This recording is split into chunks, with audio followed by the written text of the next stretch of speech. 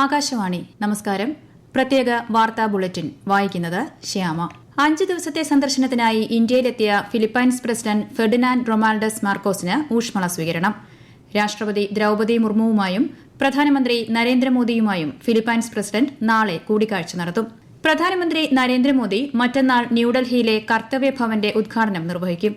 വൈകിട്ട് കർത്തവ്യപഥിൽ നടക്കുന്ന പൊതുപരിപാടിയെ പ്രധാനമന്ത്രി അഭിസംബോധന ചെയ്യും. ആധുനികവും കാര്യക്ഷമവും പൌരകേന്ദ്രീകൃതവുമായ ഭരണമെന്നത് ലക്ഷ്യമിട്ട് സെൻട്രൽ വിസ്തയുടെ വിശാലമായ പരിവർത്തനത്തിന്റെ ഭാഗമായാണ് കർത്തവ്യഭവൻ ഉദ്ഘാടനത്തിനൊരുങ്ങുന്നത്. വിവിധ വിഷയങ്ങളിൽ പാർലമെന്റിൽ ഇന്നും പ്രതിപക്ഷ ബഹളം. പ്രതിഷേധം രൂക്ഷമായതോടെ ലോക്സഭ ഇന്നത്തേക്ക് പിരിഞ്ഞു.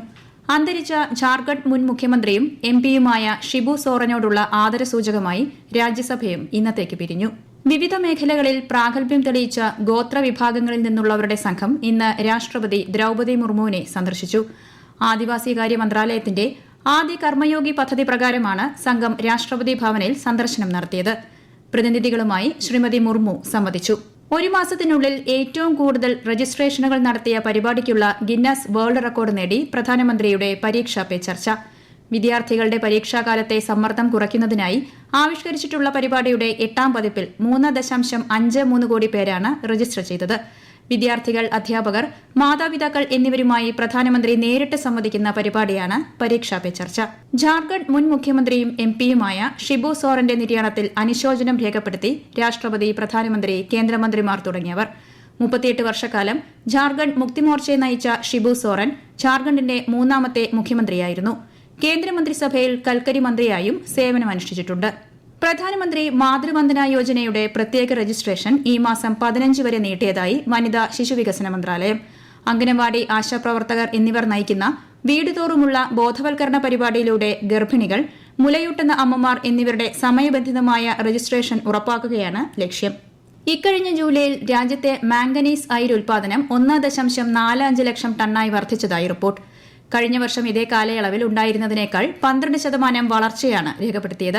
ഇതുവരെ കണക്കാക്കപ്പെട്ട ഏറ്റവും ഉയർന്ന ഉൽപാദന നിരക്കാണ് ജൂലൈ മാസത്തിലെന്നാണ് വിലയിരുത്തൽ.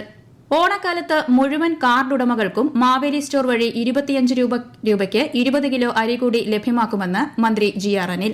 നിലവിൽ ലഭിക്കുന്ന 8 കിലോ അരിക്ക് പുറമെയാണിത്. സംസ്ഥാനത്ത് വെളിച്ചെണ്ണ വില കുറയുമെന്നും സപ്ലൈകോ വഴി ഓണത്തിന് റേഷൻ കാർഡ് 1-ന് സബ്സിഡി നിരക്കിൽ 2 ലിറ്റർ വെളിച്ചെണ്ണ ലഭ്യമാക്കുമെന്നും അദ്ദേഹം പറഞ്ഞു. കേരളത്തിൽ അതിതീവ്ര മഴയ്ക്ക് സാധ്യതയെന്ന് കേന്ദ്ര കാലാവസ്ഥാ വകുപ്പ്. എറണാകുളം, ഇടുക്കി, തൃശൂർ ജില്ലകളിൽ നാളെ ചുവപ്പ് ജാഗ്രതാ നിർദ്ദേശം. നാളെ 5 ജില്ലകളിൽ ഓറഞ്ച് ജാഗ്രതയും മറ്റെല്ലാ ജില്ലകളിലും മഞ്ഞ ജാഗ്രതയും നൽകിയിട്ടുണ്ട്. കേരള, കർണാടക, ലക്ഷദ്വീപ് തീരങ്ങളിൽ വ്യാഴാഴ്ച വരെ മത്സ്യബന്ധനത്തിന് വിലക്കേർപ്പെടുത്തി. പത്തനംതിട്ട ജില്ലയിലെ കക്കി ആനത്തോട് റിസർവോയറിന്റെ 4 ഷട്ടറുകൾ നാളെ രാവിലെ 11 മണിക്ക് തുറക്കും. ഷട്ടറുകൾ ഘട്ടം ഘട്ടമായി ഉയർത്തി അധിക ജലം പമ്പാ നദിയിലേക്ക് ഒഴുക്കും. പമ്പാ നദിയുടെയും കക്കാട്ടാറിന്റെയും കരകളിൽ ഉള്ളവർ ജാഗ്രത പാലിക്കണം. കനത്ത മഴയെ തുടർന്ന് ഉത്തർപ്രദേശിൽ വെള്ളപ്പൊക്കം. ഗംഗ, യമുന, ഘാഗ്ര നദികൾ അപകടനില കവിഞ്ഞൊഴുകുകയാണ്.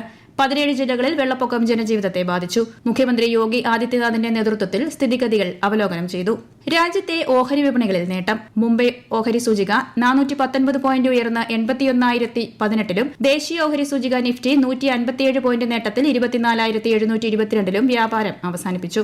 കേന്ദ്ര വാർത്താവിതരണ പ്രക്ഷേപണ മന്ത്രാലയത്തിന് കീഴിലെ Indian institute of mass communication നടത്തുന്ന മാധ്യമ അനുബന്ധ കോഴ്സുകളിലേക്കുള്ള അവസാനവട്ട സ്പോട്ട് അഡ്മിഷന്റെ ഓൺലൈൻ രജിസ്ട്രേഷൻ നാളെയും മറ്റന്നാളുമായി നടക്കും. കോട്ടയം ക്യാമ്പസിൽ വിവിധ കോഴ്സുകളിൽ ഏതാനും സീറ്റുകൾ ഒഴിവുണ്ട്. വിശദവിവരങ്ങൾക്ക് imc.admission.nic.in എന്ന വെബ്സൈറ്റ് സന്ദർശിക്കുക. ഇംഗ്ലണ്ടിനെതിരായ Anderson Tendulkar trophy cricket test പരമ്പരയിലെ 5ാം മത്സരത്തിൽ ഇന്ത്യയ്ക്ക് മിന്നും ജയം. ഓവലിൽ നടന്ന പോരാട്ടത്തിൽ 6 റൺസിന്റെ ജയത്തോടെ പരമ്പര സമനിലയിലാക്കാൻ ഇന്ത്യയ്ക്കായി. 2ാം ഇന്നിംഗ്സിൽ 5 വിക്കറ്റുകൾ വീഴ്ത്തിയ മുഹമ്മദ് സിറാജിന്റെ ബൌളിംഗാണ് ഇന്ത്യയെ വിജയത്തിലേക്ക് നയിച്ചത്.